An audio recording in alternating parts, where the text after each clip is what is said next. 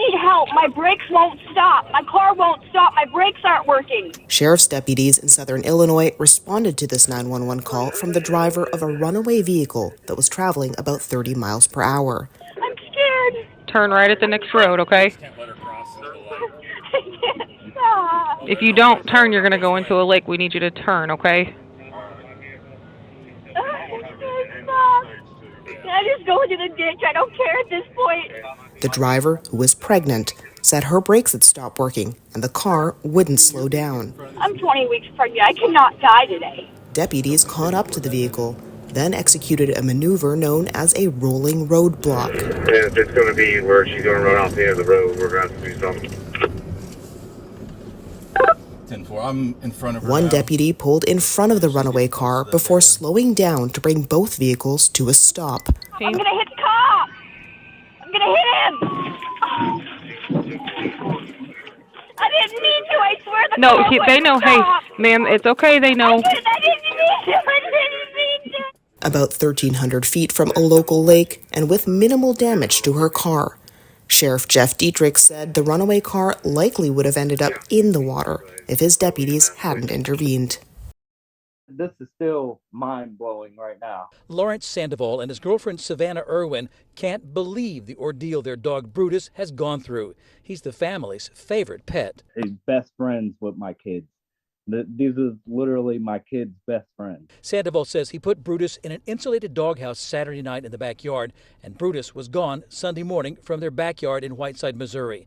Tony James found the dog 20 miles away on Walker Road. He was like kind of limping on the side of the road, and I was like, I gotta stop, I gotta save him. James didn't know yet that Brutus had been shot once in the chest. James raced the dog to an animal hospital in O'Fallon. When I was driving, I would like look back and check on him, and it looked like he was fading out, and I just pat him like, come on, man, like just hang in there, we're almost there. Someone at the animal hospital made a Facebook post about the found dog on the We Love Troy Facebook page. Sandoval's neighbor saw it and told him his dog was found. That's not something no one wants to hear. When I seen him, I went into tears. He has no idea how his dog ended up so far away from home with a gunshot wound. The bullet is actually inside of him still. They said it's better just to leave it inside of him. And he's definitely not himself. After one day in an animal hospital, Brutus was released to go home. Sandoval and his family are grateful for the compassion of Tony James. I'm happy that them people actually picked him up and took him to the vet, because I don't know what would have happened if they wouldn't have picked him up. Sandoval hasn't decided whether to report the crime to authorities. He's just glad Brutus is home. He's my best friend.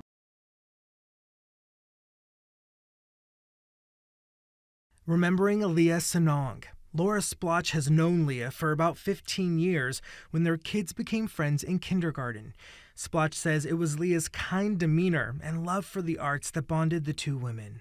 She was a lover of life. She spent a lot of time in the mountains where her mother lived, and she loved to explore the world. You know, she's a great explorer. 60-year-old Leah was an artist. Splotch says she turned that passion into a career as an art teacher, most recently working at Bryant Middle School in Dos Palos. While at the school in mid-October, Splotch says Leah found a bat in her classroom. I don't know if she thought it was dead or what, because it was laying around in her classroom and she was trying to scoop it up and take it outside. She didn't want to harm it.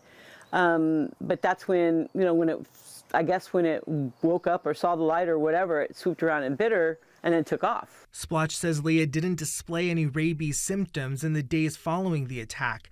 But about a month later, Leah fell ill and her daughter took her to the hospital, where she was immediately put into a coma. 4 days later, on November 22nd, Leah died. It's just devastating to see her in that state with all the machines hooked up and everything. It was pretty upsetting and scary. The Fresno County Department of Public Health says as of now, there is no public threat. To date, there has been vaccine administered to both healthcare workers and also the household contacts. Fresno and Merced County health departments are still looking into other possible exposures.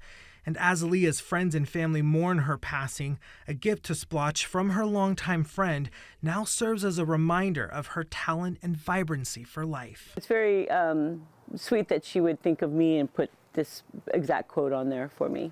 So it meant a lot to me. that boarding pass is a completely different name. No, it's not this name. No. And it is not my friend. Who is your friend? Where is your friend now? Okay, so right now, Amy Hudson. Well, that boarding pass is a completely different name. No, it's not this name. No. And it is not my friend. Who is your friend? Where is your friend now? Okay, so right now, I need to...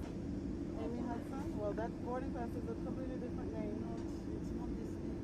No. And it is not my friend. Who is your friend? Where is your friend now?